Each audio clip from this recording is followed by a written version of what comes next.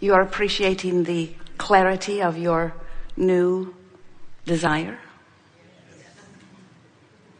You like desire being born within you. You like the idea of a desire percolating somewhere within you even before it is manifested in terms of actualization. You like that calling of desire. Do you like the contrast that provides it? Not so much. But you accept that desire is essential to eternal expansion, yes? Well then, you know a great deal if you know that. If you know that desire is the summoning to your leading edge physical, furthest out on the leading edge of creation perspective. If you know that desire that burns within you here is the summoning of expansion, then if you really know that, you're more willing to put up with everything that brings that about. And without contrast, you could not come to new conclusions. It's just that simple. If you don't know what you do not want, you cannot know what you do want. And everything about your experience is relational. And by that we mean, when life causes you to want something beyond what you have, a new point or perspective has been established. And it isn't just that the new desire has been established. That's not why it feels so powerful within you.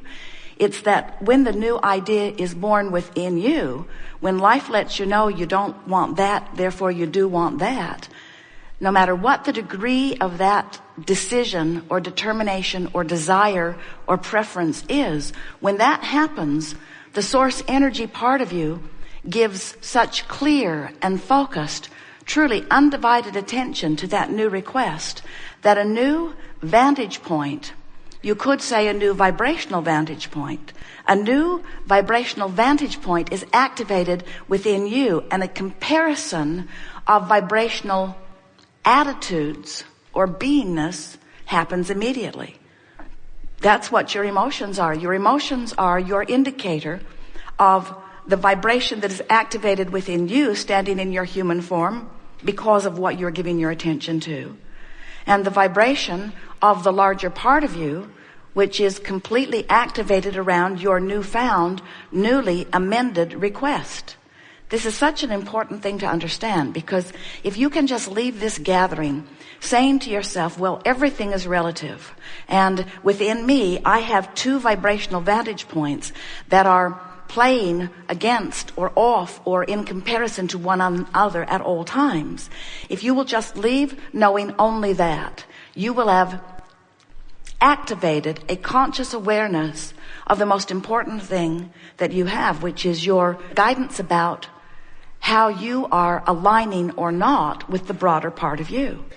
Oh, we can tell you the long story of you. You were source energy before you came forth into this body. And to many of you, you say, I really don't want to talk about that part of me because it's in the past. And if it was that important, don't you think I would have remembered it anyway? And we say, well, it's really important because it is the basis of that which you were and are, that non-physical vantage point. But you're right in wanting to know what you're about here and now, because you did come forth into this leading edge time-space reality intending to mix it up and figure things out and come to conclusions from this vantage point about what you would prefer from where you stand.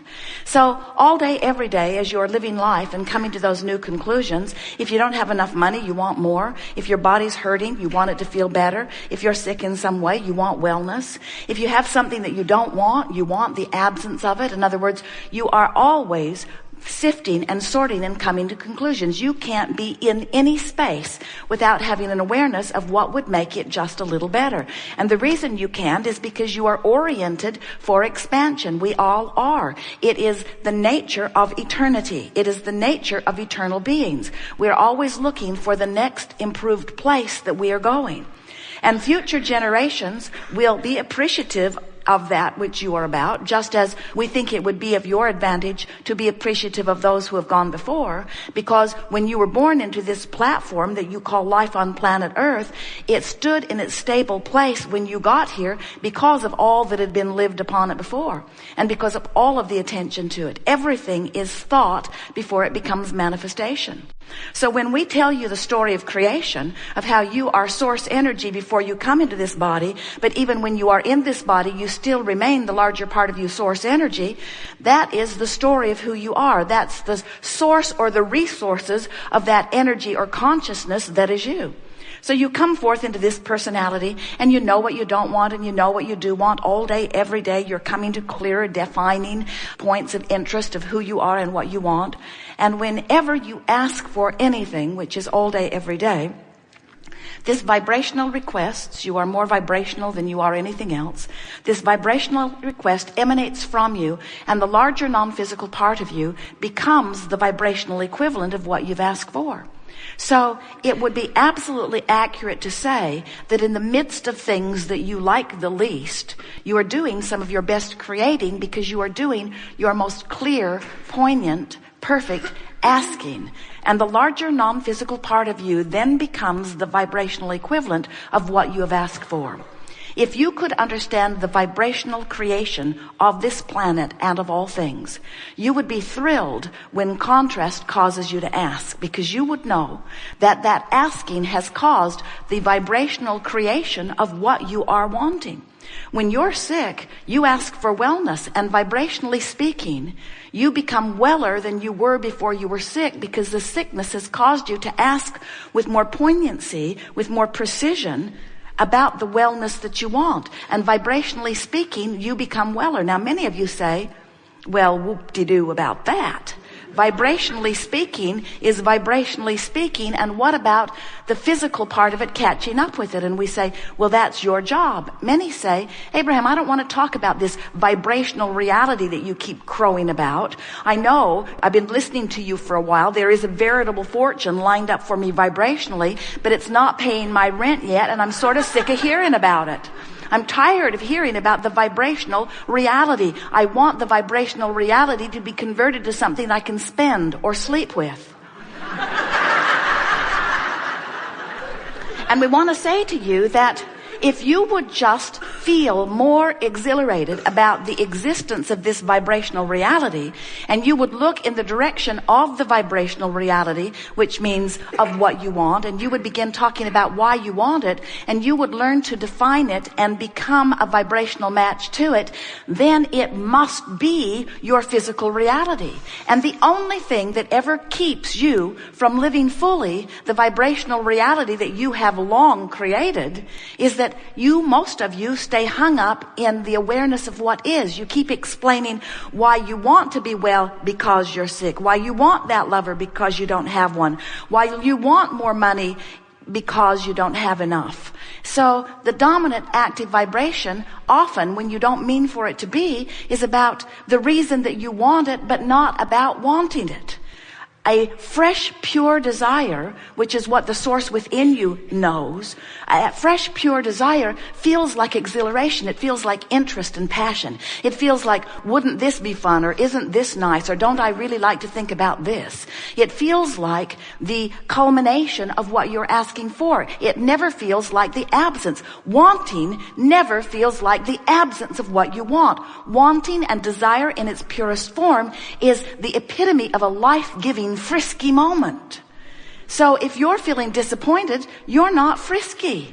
If you're feeling disappointed, you're not a match to what's in your vibrational reality. You're a match to the absence of what's in your vibrational reality, which will hold you, as long as you remain a match to the absence of what you want, away from what you want. So we want to paint a picture for you that you can really get your thoughts around, because if you can understand this, your physical experience and the time from which you ask for something and it comes into full manifestation will become a very short period of time. It's not necessary for you to suffer for long periods of time in the absence of things you want. The things you want should come to you quickly. They should. And in the vibrational world, it is an instant manifestation. When you ask for it, the source within you becomes the vibrational equivalent equivalent of what you've asked for. You just have some catching up to do. The best way of saying it is, life caused you to become more, and the larger part of you has already become it. What's the rest of you doing? And you say, over here complaining about it not happening yet. Over here trying to figure out what I've done wrong. Over here feeling irritated that they've got it and I don't. Over here irritated that life doesn't seem fair and that I've worked really hard and that things should be going better for me. I don't have enough. I don't have enough. I don't have enough. I don't have enough.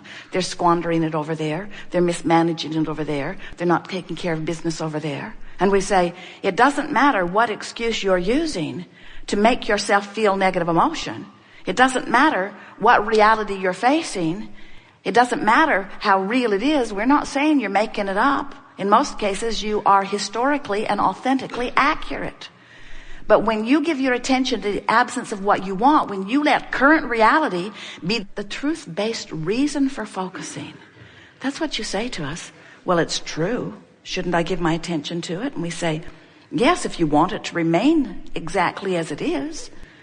Well, doesn't truth count for anything? Yeah, it counts for somebody having given attention to something long enough that it became a reality. If you like it, jump on board. But if you don't like it, give your attention to something else. Use as your criteria for why you focus where you focus. Let your criteria be, how does it feel when I give my attention to it? Because if you find something that feels interesting when you focus upon it, which feels life-giving, which gives you a feeling of elation, when you start training yourself toward those things that feel really good, what's happening is you're training yourself into vibrational alignment with what you have already created that's in your vibrational escrow. And then life must get better for you. Here's how it works. You came forth from non-physical into the physical, a part of you. The larger part of you remained non-physically focused. You came forth into this physical body, and contrast causes you to know what you don't want and to ask for what you do want, whether you speak words about it or not.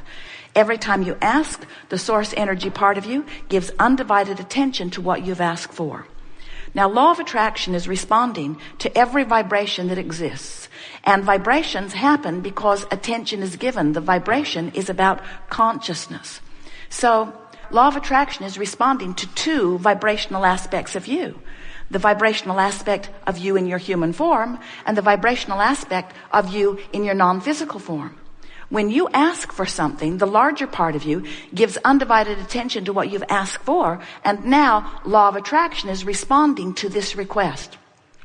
Now, it's important for you to understand that law of attraction has been responding to that request. Law of attraction has been responding to who you were before you were born and who you've become ever since. And everything that you ask for, source energy becomes a vibrational match to. So think about law of attraction's response to that very large vibrational offering. And as a result of law of attraction responding to this request, there is a vortex of creation, a vortex of attraction, where all things necessary to give you the fulfilled, manifested version of what you've asked for, all things necessary, all cooperative components are drawn to this vibrational vortex. If you could see it and know it as we do, you would never again worry about anything.